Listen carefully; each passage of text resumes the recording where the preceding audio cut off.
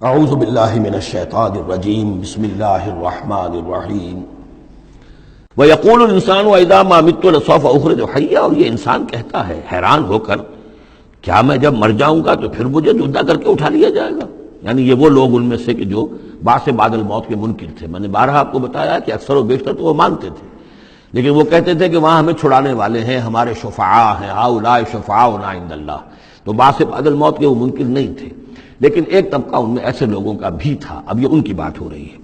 وَيَقُولُ الْإِنسَانُ وَإِذَا مَا مِتُّ لَسَوْفَ أُخْرَجُ حَيًّا، کہ جب میں مر جاؤں گا پھر مجھے دوبارہ اٹھا لیا جائے گا اور نکال دیا جائے گا۔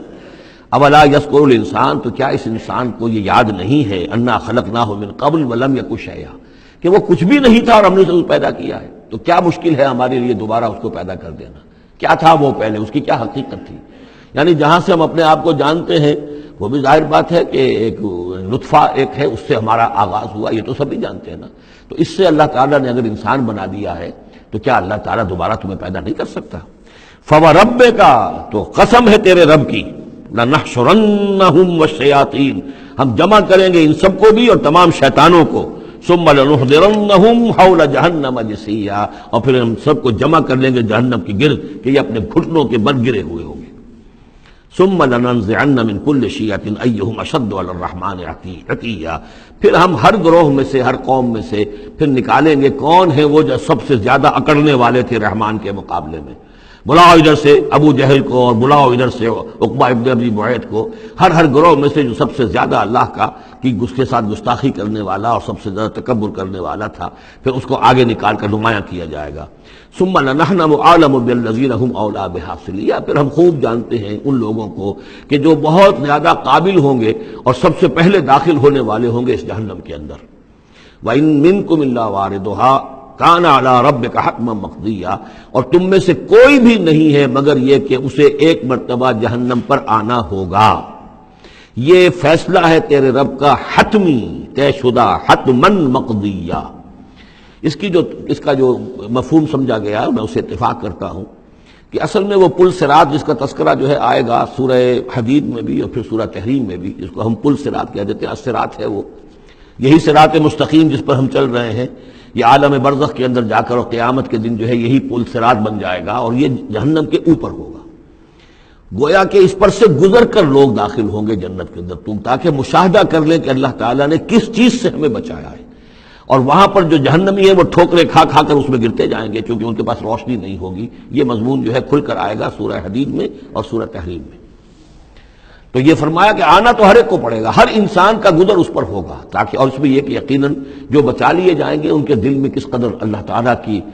اس رحمت کا اور مغفرت کی قدر کتنی ہوگی کہ اللہ نے ہمیں کس انجام سے بچایا ہے۔ وَإِن مِّنكُمْ إِلَّا وَارِدُهَا كَانَ عَلَىٰ رَبِّكَ حَتْمًا مَّقْضِيًّا ثُمَّ نُنَجِّي الَّذِينَ اتَّقَوْا، پھر وہاں سے ہم نجات دے دیں گے، بچا کر لے جائیں گے ان لوگوں کو جنہوں نے کہ تقویٰ کی روش اختیار کی تھی دنیا میں، وَنَذَرُ الظَّالِمِينَ فِيهَا جِثِيًّا، اور چھوڑ دیں گے ظالموں کو اسی میں پڑے ہوئے، وہ وہاں پر پڑے جائیں گے، گرتے جائیں گے اور اہل ایمان اور اہل تقویٰ نکل جائیں گے۔ وَإِذَا تُتْلَىٰ عَلَيْهِمْ آيَاتُنَا بَيِّنَاتٍ، اور جب انہیں ہماری روشن آیات پڑھ کر سنائی جاتی ہیں، قَالَ الَّذِينَ كَفَرُوا لِلَّذِينَ آمَنُوا، تو کہتے ہیں یہ کافر لوگ اہل ایمان سے، اَيُّ الْفَرِيقَيْنِ خَيْرٌ مَّقَامًا وَأَحْسَنُ نَدِيًّا، دونوں جماعتوں میں سے، دونوں گروہ میں سے کن کے مکان و مقام بہتر ہیں اور کن کی مجلسیں بہت اچھی ہیں۔ یعنی اے مسلمانوں دیکھو، تم اور تمہارے رسول محمد صلی اللہ علیہ وسلم اور ان کے گرد جو لوگ بیٹھے ہوتے ہیں، نہ ان کے پاس دنیاوی دولت ہے، نہ حیثیت ہے، نہ وجاہت ہے، ایک ہم ہیں۔ دیکھو ذرا ابو جہل کی مجلس جا کے دیکھو کتنی آباد ہے، بڑے بڑے چودھری لوگ آ کر اس کے پاس بیٹھتے ہیں۔ ذرا کہیں جا کر ولید بن مغیرہ کی چوپال دیکھو، اس کی چوپال جو ہے اس کی کیا شان ہے۔ تو یہ وہی بات جو کہ ہم سورہ کہف میں پڑھائے ہیں، جو دو افراد کے مابین مکالمہ ہوا تھا کہ اس نے کہا تھا کہ میرے پاس مال زیادہ ہے، انا اکثر منک مالا واعز نفرا۔ اسی طرح انہوں نے کہا کہ ای الفریقین خیر مقاما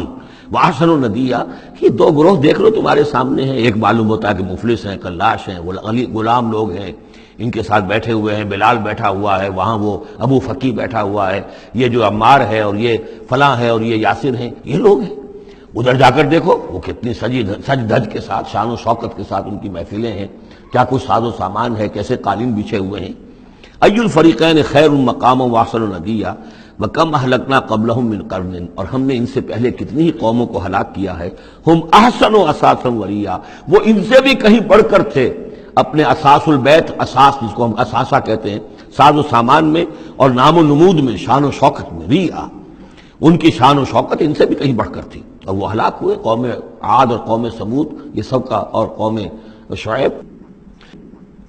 قل من کان فی الضلالۃ فلیمدد لہ الرحمن مدا، اے نبی ان سے کہہ دیجئے جو شخص بھی ضلالت میں، گمراہی میں ہے، تو اللہ کا یہ طریقہ ہے، قاعدہ ہے کہ اللہ تعالیٰ اسے پھر اور ڈھیل دیتا ہے، رسی دراز کرتا ہے، اس کو اور نعمتیں دے دیتا ہے۔ حتیٰ اذا رأوا ما یوعدون، یہاں تک کہ جب اچانک وہ وقت آ جائے گا